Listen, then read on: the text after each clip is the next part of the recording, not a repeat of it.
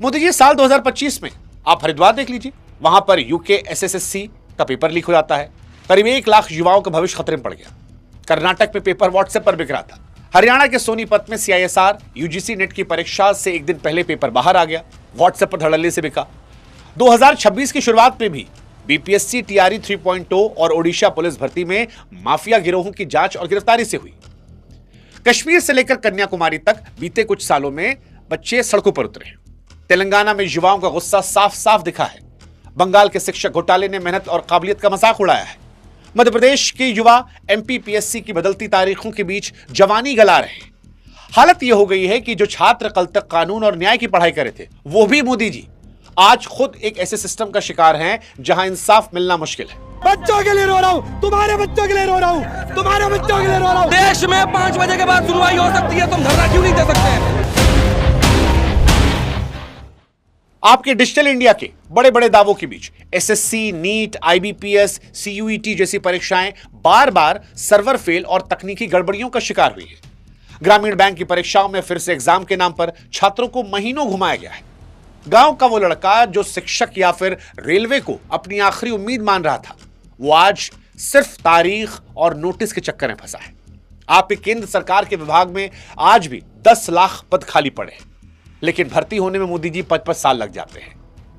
वो लड़का जो 1000 रुपए का फॉर्म लेकर एक कॉम्पिटिटिव एग्जाम की तैयारी करता है, पैसा जुटाता है, फिर कभी 500 कभी 800 किलोमीटर दूर जनरल डब्बे में लटक कर जाता है, लेकिन मोदी जी जब वो पहुंचता है वहां पर तो पता चलता है कि उसका पेपर लीक हो गया है, सर्वर हैंग कर गया है। मतलब कोटा से लेकर प्रयागराज तक मोदी जी आज के दौर में इस देश में हर महीने कोई ना कोई कमरा अंदर से बंद होता है और कोई मां अपना बेटा खो देती है। लेकिन इन सब के बीच में मोदी जी, आपकी सरकार की प्राथमिकता पेपर लीक को रोकने, खाली पद को भरने, माफिया पर सख्त कार्रवाई करने, इन सब की जगह यूजीसी के जरिए कॉलेजेस में जाति को औजार बनाना जरूरी समझती है।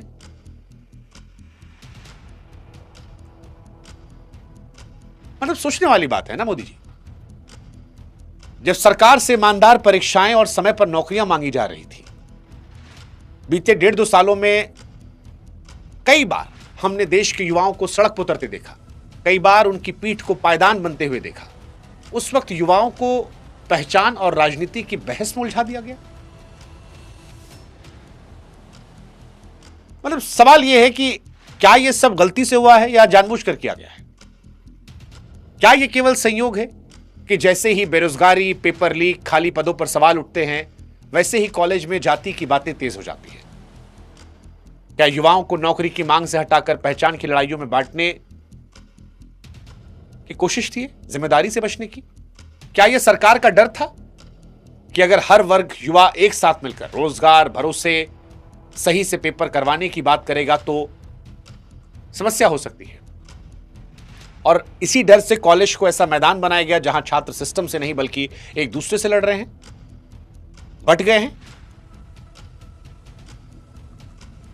देखिए, हो सकता है मोदी जी ये संयोग हो, लेकिन सवाल तो उठेगा ना कि अगर ये संयोग भी है तो हर बार नुकसान छात्रों का ही क्यों होता है? मतलब किसी ने बड़ा अच्छा लिखा था कि वतन की फिक्र में सोए नहीं हम बरसों से, मगर यहां तो मुकद्दर ही लीक हो जाता है। हालांकि जब मैं युवाओं की बात कर रहा हूं और यह सवाल उठा रहा हूं तो आपकी सरकार के कुछ समर्थक तुरंत हमको ज्ञान देने आ जाएंगे कि भाई साहब, आपने कई सारे एग्जाम्स की बात की है जो राज्यों के विषय हैं, उसमें मोदी जी क्या कर ले? अच्छा, पेपर लीक हो राज्य में हुए तो उसमें मोदी जी क्या कर ले? अरे, डबल इंजन का वादा मोदी जी आप ही किए थे ना। केंद्र और राज्य में एक ही सरकार होगी तो विकास तेज होगा। अब जब उत्तर प्रदेश, मध्य प्रदेश, राजस्थान, हरियाणा में आपकी सरकार है और वहां पेपर लीक हुआ है, पेपर कैंसिल हुआ है या छात्र की पीठ को पायदान बनाया गया है,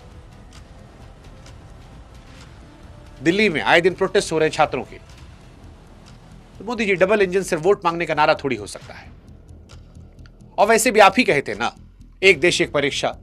जब आप नीट की परीक्षा को राज्यों के विरोध के बावजूद लागू कर दिए, यूजीसी के जरिए कॉलेजेस के नियम को रातों रात बदल रहे हैं, तो फिर मोदी जी पूरे देश के लिए भर्ती कैलेंडर और सख्त कानून भी तो बन सकता है ना।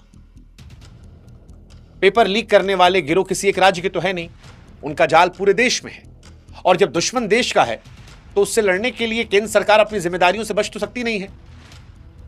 वो जो 1.7 करोड़ युवाओं का हमने जिक्र किया, जिनकी उम्र बढ़ रही है, इंतजार करते करते आंखें थक रही हैं, भरोसा टूट रहा है, उनको केवल राज्यों के भरोसे छोड़ना सही बात तो नहीं है ना मोदी जी। परीक्षा करवाने वाले सर्वर एजेंसियां तो वही है ना जो केंद्र सरकार के अंडर काम करती है। अब अगर डिजिटल इंडिया आपका सपना है तो उसके फेल होने की जिम्मेदारी भी तो आपकी होगी ना मोदी जी। लड़े तो जीते नाम सरदार का, हारे तो भी सवाल सरदार का। राज्य का विषय वो कहकर आपको जिम्मेदारी से बचा सकते हैं जिनकी नीयत कमजोर होगी। और सच यही है कि जहां नीयत होती है वहां केंद्र सरकार दखल दे देती है। सवाल नीयत का नहीं, नतीजे का। और नतीजा यही है कि मेहनत पर भरोसा करने वाला छात्र आज ठगा हुआ तो महसूस कर रहा है मोदी जी। इसलिए आज हम आपसे बात करना चाहते हैं। हम चाहते हैं कि आप हमको भी सुने, क्योंकि आपके नीति बनाने वाले बंद कमरों में बैठकर जब यूजीसी के नए नियमों का ढांचा तैयार करते हैं तो क्या उनके कानों में उन छात्रों की चीख पहुंचती है जो परीक्षा रद्द होने की खबर सुनकर स्टेशन के फर्श पर माथा पटक कर रोते हैं? वो छात्र जिसकी जेब में अगले दिन की चाय का पैसा नहीं है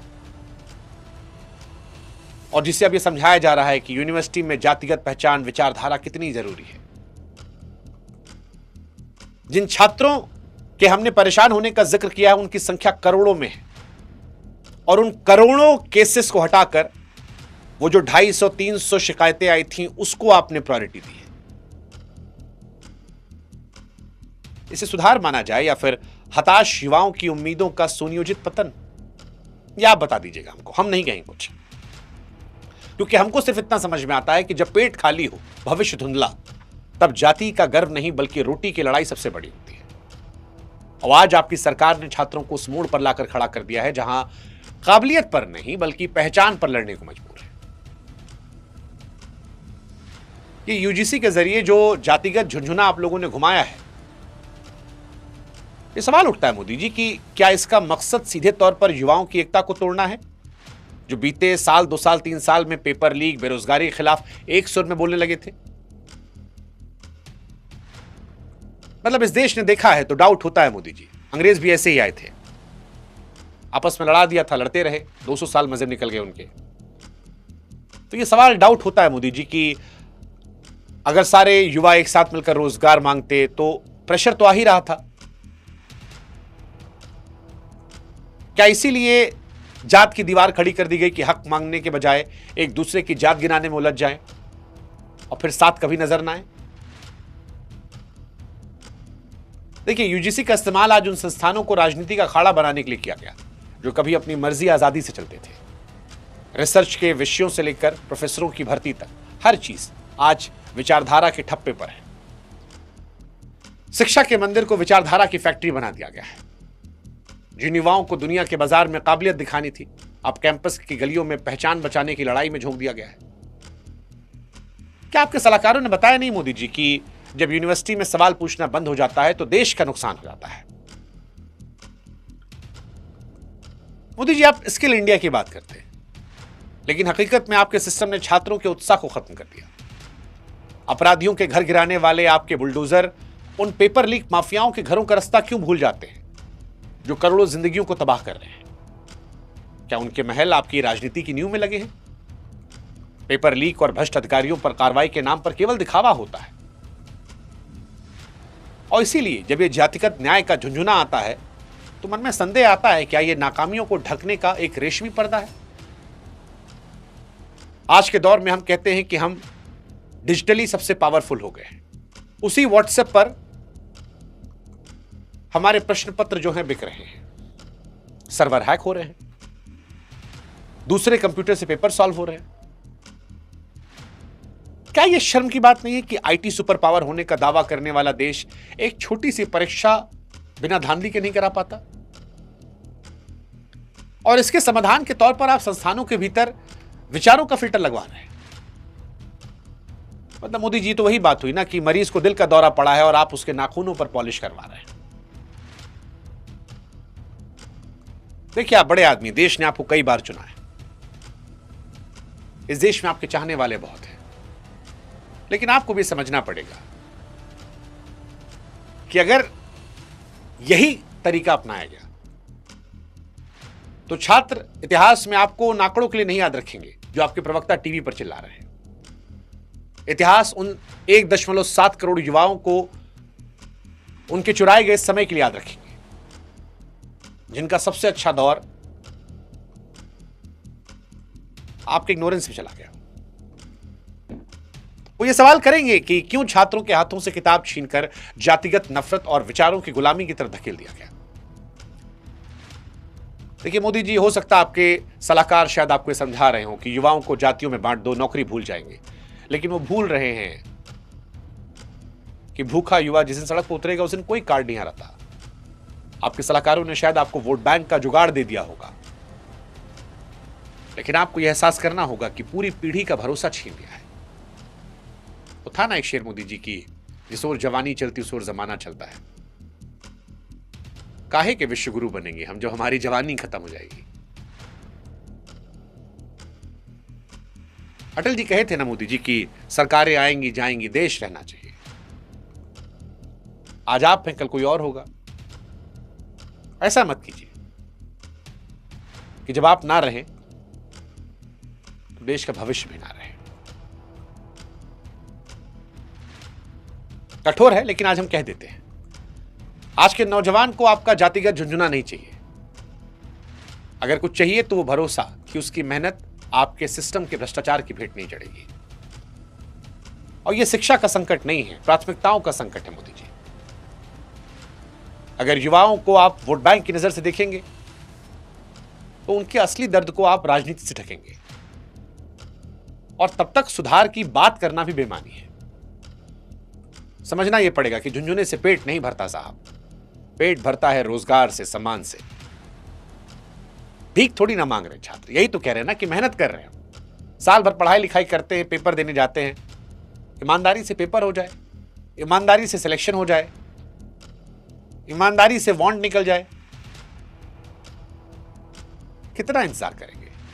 सोचिएगा। हमारे गोंडा में एक शायर थे, बड़ा अच्छा कह गए थे कि तुम्हारी फाइलों में गांव का मौसम गुलाबी है, मगर ये बातें झूठी और दावा किताबी है। और जब ये सवाल जवाब चल रहा है ना मोदी जी, तो आपके चाहने वाले सिर्फ आंकड़ों के जरिए चुप करा सकते हैं, लेकिन आप भी जानते हैं। और इस बार तो आपको और महसूस करना चाहिए। वो एक आशिकी में भी शेर था कि हमें मालूम है जमाने की हकीकत, मगर जब अपने कहते हैं तो बुरा लगता है। इस बार तो आपके कई अपने भी हैं जो खुलकर कह रहे हैं, गैरों के लिए ना सही, अपनों के लिए, और जो आपके अपने सोशल मीडिया पर हंगामा मचाए हैं। सही मुद्दों पर जोर लगा दीजिए, इतिहास में आप अजर अमर हो जाएंगे। छोटी छोटी बातें भी देश याद रखता है। मौका है, समय है, सत्ता है, ताकत है, ईश्वर ने आपको दिया है। जोर कहां लगाते हैं ये आपका विषय है।